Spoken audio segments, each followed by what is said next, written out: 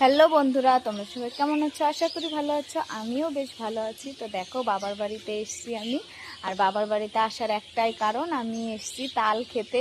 কারণ তাল তৈরি করতে খুব কষ্ট, কিন্তু তাল খেতে ততটা কষ্ট না, তার থেকে বেশি স্বাদ। আসে সবাই তাল খেতে মায়ের বাড়ি আসে।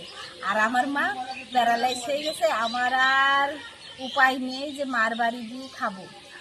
আমার মা তো এখন ঘরে পড়ে আছে, আর আমার সেই আশা নেই যে বাবার বাড়ি যাব, সে মায় ভালো মন্দ তৈরি করে দিবে খাবো। সোনালির মা ভালো এখনো আছেন, সোনালিকে ভালো মন্দ তৈরি করে দেয়। সোনালি এসে শুনলেই দৌড়ি আসে, মা এগুলো বানাচ্ছে, আমি যাই।